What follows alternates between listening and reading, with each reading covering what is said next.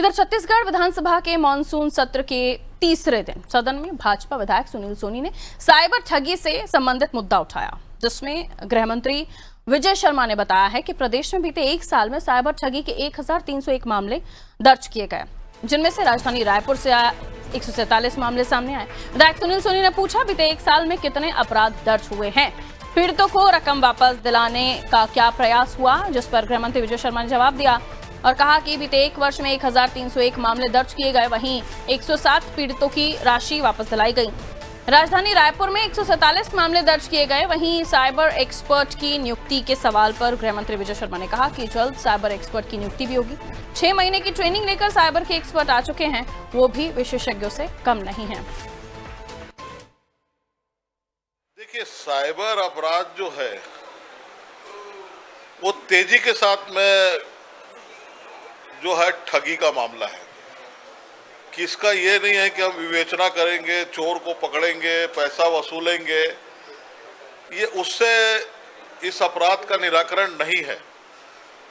और जितने अन्य अपराध हो रहे हैं, अगर डाटा देखेंगे आप तो उन अपराधों से कई गुना अधिक ये तेजी के साथ में साइबर अपराध हो रहे हैं। और छत्तीसगढ़ में खासकर और तेजी के साथ में ये अपराध जो है वो अगर 2000 से देखेंगे तो लगातार जो है वो 10 गुना से अधिक बढ़ गए हैं।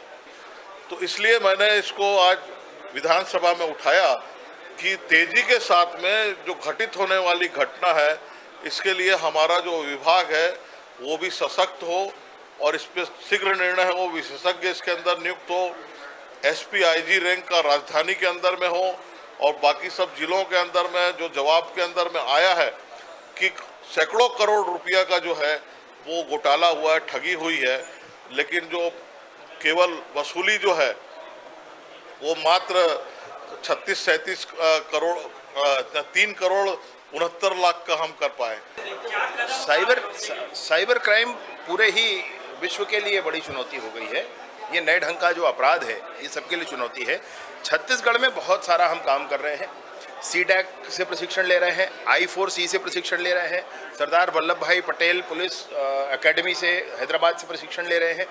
हमारे कमांडोज साइबर कमांडो जो योजना चल रही है I4C की, उसमें एक IPS और 5 वरिष्ठ अधिकारी ये ट्रेंड होकर 6 महीने की ट्रेनिंग लेकर वापस आ चुके हैं। अब नया बैच उसमें जाने का है।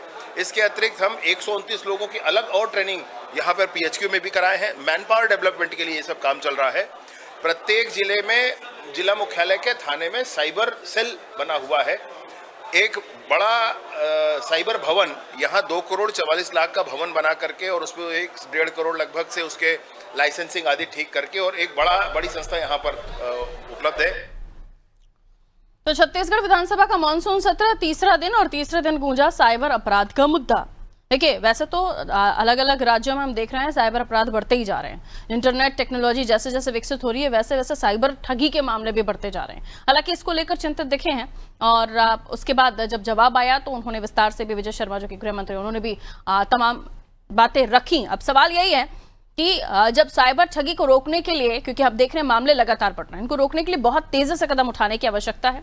साइबर एक्सपर्ट की बात भी की जा रही है जो ट्रेनिंग लेकर आ रहे हैं, उस पर भी कहीं ना कहीं ये कहा जा रहा है कि क्या वो एक्सपर्ट्स हैं, क्योंकि पर्टिकुलर ट्रेनिंग इनको दिलवाई जा रही है। बहुत सारे सवाल हैं। आइए पुष्पांजलि हमारे सहयोगी हमारे साथ जुड़ रहे हैं, उनसे मैं बातचीत कर लेती हूँ और आप तक जो बातचीत है, जो सदन में गूंज रही है बातें, वो पहुंचाती हूँ।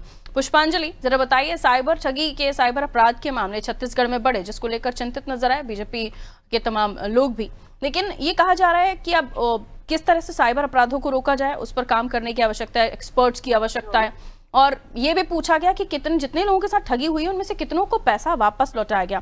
आंकड़े दिए गए, 1000 कुछ घटनाएं जो हैं वो रिकॉर्ड की गई हैं, जिसके बारे में जिक्र किया गया, लेकिन इसे रोकने के लिए पर्याप्त इंतजाम, पर्याप्त जो चीजें हैं वो होनी चाहिए। हम देख रहे हैं लगातार साइबर अपराध बढ़ते जा रहे हैं, अलग अलग स्टेट में अलग अलग आंकड़े हैं जो बहुत तेजी से बढ़ रहे हैं। जी जी बिल्कुल पारुल, मैं आज आपको बता दूं कि जो साइबर ठगी का मामला है वो छत्तीसगढ़ में लगातार गर्माता जा रहा है और साइबर ठगी के जो मामले हैं वो लगातार सामने भी आ रहे हैं। कभी महिलाएं, कभी बुजुर्ग और कभी बच्चे इस साइबर ठगी के जो है वो शिकार हो रहे हैं। जिसके बाद आज विधानसभा सत्र का तीसरा दिन था, मानसून सत्र का तीसरा दिन था, जिसमें भाजपा विधायक सुनील सोनी ने, जो दक्षिण विधानसभा, रायपुर दक्षिण विधानसभा से विधायक हैं, उन्होंने आज सदन में ये मुद्दा उठाया। खासकर साइबर अपराधी जो अभी लगातार बेलगाम हो रहे हैं और लगातार जो प्रदेश में साइबर अपराधों का जो मामला है वो सामने आ रहा है, इसे लेकर उन्होंने सवाल किया कि इसके लिए अभी जो नियुक्तियां हैं वो नहीं की गई हैं, जिसके लिए वो थोड़े से नाराज भी दिखाई दिए और साथ ही उन्होंने सवाल भी किया।